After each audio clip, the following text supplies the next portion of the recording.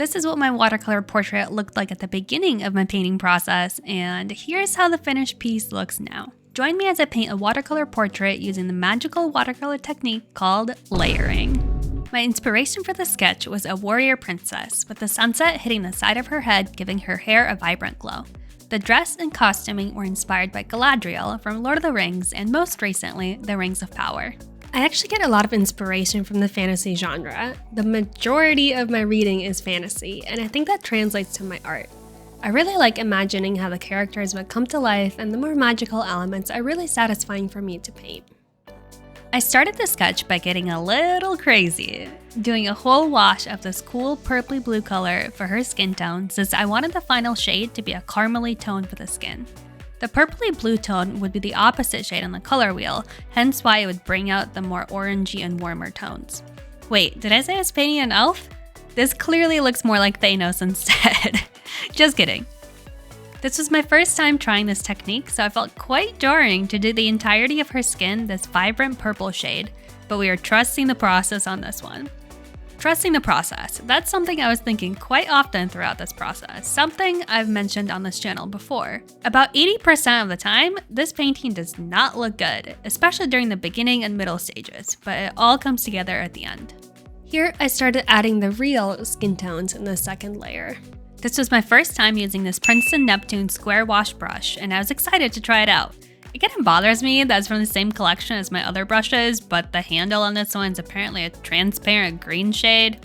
Anyway, I think in retrospect, I could have painted her hair the purpley blue shade as well, but I wanted to have a comparison for the purple underpainting of her face. I struggled a little bit trying to decide on the color scheme for this painting since the only things I was set on were her skin and hair color.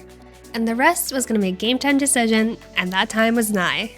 I was also using this painting to practice my patience, since for the layering technique to work, you need to wait for the paper to be completely dry before adding any more color, since if you don't wait and try to rush things, the layers will blend.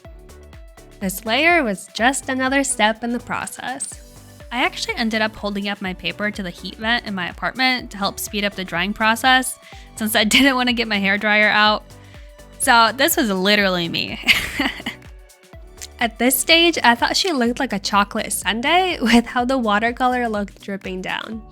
Again, I had to trust my process and be really mindful of where I was painting so that the wet areas had ample time to dry. She was really slowly coming together, and it was at this stage that I regretted my flimsy paper. But more on that later. After my first layers dried, I started adding more tones and building up the color. I also decided on this light blue shade for her dress and eyes. You can see that my paper got some weird markings around the edges, but we're just practicing, so I didn't mind it too much on this one. At least she's looking like a human, or I guess humanoid figure, once I started adding the eye details and the eyebrows. I kept adding different tones to her skin as the layers dried since I wanted to build up the color. I definitely do think that the purple underpainting helped bring out some of the browns and the warmer tones, and I'm excited to keep using this technique in my portraits. One thing I did want to note is that my paper was not the highest quality, and I think the layers on her face did not lay as nicely as they could have if I were to use my thicker Arches paper. So I think that's a lesson for next time. I use my small brush almost exclusively from here on out to add the details of the features of the face, since I find that the smaller brush gives me a lot more control with my water levels and precision. I was using the various tones that I had left over on my palette to add shadows and lowlights at this stage. For her hair, it looked quite blonde at the start, which is not the look I wanted. I wanted dynamic colors since I find using all of the same tone can make the image appear a little bit flat. So I added purple hues, grays, blues to the shadows in her hair, and I actually did several applications of grays, browns, and yellows to darken up the side of her hair that is away from the sun. Again, I kept adding more and more layers to the face to bring out the shadows and add some dimension. I've always gravitated toward elves and elvenkind ever since I read about them as a kid. I wonder what my first book about them was. Maybe Aragon? I was super fascinated by Elsmera, and I would love to see a version of it in real life. Also, fun fact, I am a moon elf and a wood elf in the 2 D&D campaigns that I'm a part of. Those campaigns have been on indefinite pause, as in the ways of classic D&D groups, but alas. Then, reading The Lord of the Rings when I was a teenager, where elves are these sophisticated magical creatures with the most exquisite architecture and dresses and jewelry, it's hard not to wish such books were real sometimes. So, I'm not the most familiar with the lore of the Middle Earth and everything that came before the Third Age, so I had zero expectations when I went to watch The Rings of Power. I have not read the Silmarillion, although I probably should, but I watched the show since I generally love fantasy and I wanted to show my support since Amazon also makes The Wheel of Time. As always, the small brush is the MVP and makes the hair look much better and more realistic, especially while adding more shadows.